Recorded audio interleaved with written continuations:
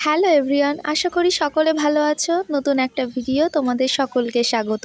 তোমরা তো সকলেই শুনেছো মায়াপুর ইস্কনের কথা, আর সেটা আমার বাড়ির থেকে খুবই দূরত্ব কম। কিন্তু ওই যে বলে না যে দূরত্ব যতই কম আর বেশি হোক, মন না চাইলে বা ঠাকুর না চাইলে কোনোভাবেই যাওয়া সম্ভব নয়। তো আমি এখানে প্রায় একটা বছর পর যাচ্ছি, কিন্তু আমি কোনো ব্লগ তৈরি করব না বলে আমি প্রথম থেকে কোনো প্রকার ভিডিও নেইনি, তাই আমি প্রথম থেকে কিছুই দেখাতে পারছি না। এক বছরের বেশি হবে আমি এখানে যাই না। তো এরই মাঝে একটা নতুন টেম্পল তৈরি হয়েছে যার নাম লোটাস টেম্পল, আর ভেতরে ফোন নিয়ে যাওয়ার অনুমতি নেই বলে আমি আর ভেতরে দেখাতে পারিনি। আর এর ভেতরে অসম্ভব কারুকার্য আছে, মানে দেখার মতো। তোমরা যদি একবার আসো অবশ্যই এই জায়গাটা কিন্তু ভিজিট করো।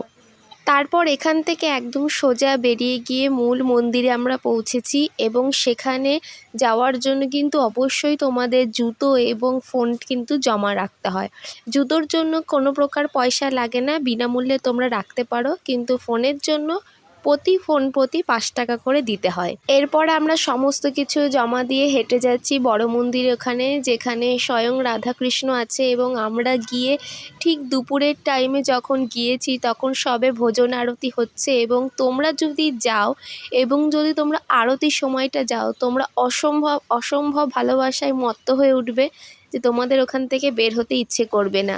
1:10-15 নাগাদ কিন্তু মন্দির দুপুরের জন্য বন্ধ হয়ে যায়। তারপরে আমরা সেখান থেকে বেরিয়ে খাবারের উদ্দেশ্যে যাই, এবং সেখান থেকে টিকিট কেটে আমরা ভোজন করি। আর হ্যাঁ, তোমরা অবশ্যই জানতে চাইবে যে আমি কার সাথে গিয়েছিলাম। এটা আমার বান্ধবী, ওই বলেছিল, তো বলে না উঠলো বাই তো কটক যাই। কালকে প্ল্যান হয়েছে, আমরা আজকে সকালে পৌঁছে গেছি। এরপরে আমরা চলে যাই খাবারের জায়গায়, যেটা মূল আকর্ষণ সবার কাছে, যেখানে পরিবেশন ব্যবস্থাপনা এতটাই সুন্দর যে সবাই খুব মন ভরে দেখতেও পারে, খেতে তো পারেই।